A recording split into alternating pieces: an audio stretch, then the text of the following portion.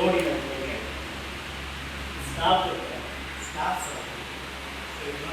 அதை எல்லாத்தையும் கணக்கு போட்டு இங்கேருந்து கொண்டு போய் சீட் போட்டு ஏர் போட்டு நீங்கள் சென்ட் பண்ணுறது வச்சுருக்கீங்க. அது வரையும் அது கட்டுப்படியாக இருக்குது. ஏன் கட்டுப்படியாக இல்லை? நீங்கள் காஸ்ட் கால்குலேஷன்லாம் கரெக்டாக தான் போட்டீங்க, எல்லாம் நல்லா தான் இருந்தது. ஆனால் ரேட்டு எக்ஸ்போர்ட் வரும்போது மட்டும் கட்டுப்படியாக இல்லை. என்ன காரணம்? மதிவாக டேரக்ட் சார்ஜஸ் இதெல்லாம் நீங்கள் கணக்கு போடாமல் போட்டுப்பீங்க. சரிங்களா? அப்போ அவருக்கு சொல்லும்போது, சார் உங்களுக்கு வந்து ஒரு பீஸு 100 ரூபா நார்மலாக கேட்கணும்.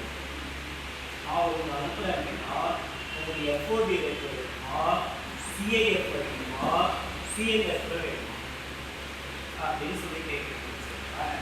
அப்போ அதுக்காக என்னன்னா, நான் சரக்கு கொண்டு வந்து வச்சிடறேன், நீ கப்பல் வாடகையெல்லாம் கட்டிடு அல்லது ஃப்ளைட் டிக்கெட்லாம் நீ பார்த்துக்க.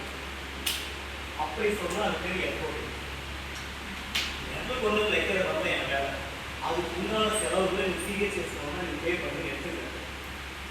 இந்த 2K அப்படின்னு போட்டு தருவாங்க இல்லையா, அந்த மாதிரி 2K போட்டு அனுப்பிச்சா நீ பணத்தை கொடுத்து சரக்கு எடுத்துக்க அப்படிங்கிறது வந்து எஃப்ஓபி. சரிங்களா? இதுலேயே அவங்க வந்து அந்த இம்சையெல்லாம் எனக்கு மேலே எனக்கு சரக்கு அனுப்புவேன், என் இடத்துக்கு வந்து சேர்ற வரைக்கும் கப்பல் வாடகையோ அல்லது ஏர்போர்ட் வாடகையோ நீ கட்டிடுங்க, அந்த ரேட்டும் சேர்த்து சொல்லுங்க அப்படின்னு சொன்னால் அவர் அப்படியே அவ்வளோ தெளிவாக கேட்க மாட்டார். நம்ம நாளைக்கு